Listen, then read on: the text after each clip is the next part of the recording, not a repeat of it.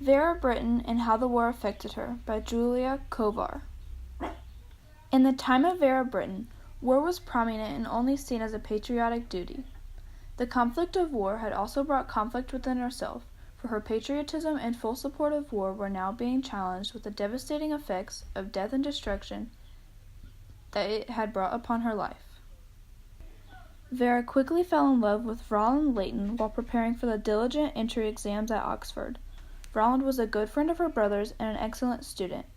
Vera and Roland's voyage of love had taken a short halt when Roland, Vera's brother Edward, and friends Geoffrey and Victor had left to join the war as front second lieutenants. Though war was a noble event, Vera quickly saw the conflict in personal, human terms. Roland had educated his fiancée on the horrors of war in their letters sent between the two. The horrors that Roland informed his fiancée on quickly became a reality when Roland never returned home when granted a time of leave.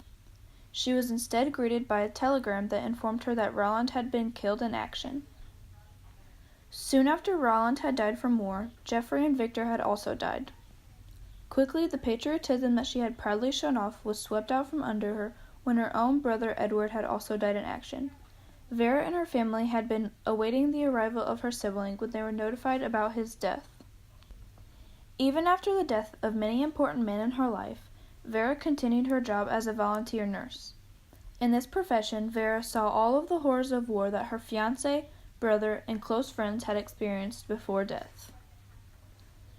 The death and destruction that the Great War brought Vera Brittain left her reflecting on her decisions and views of war before she had been affected so negatively. Without her fiancé Roland, her brother Edward, or her two very close friends around due to the war, Vera was able to come to reality that the war took away more than it had given back.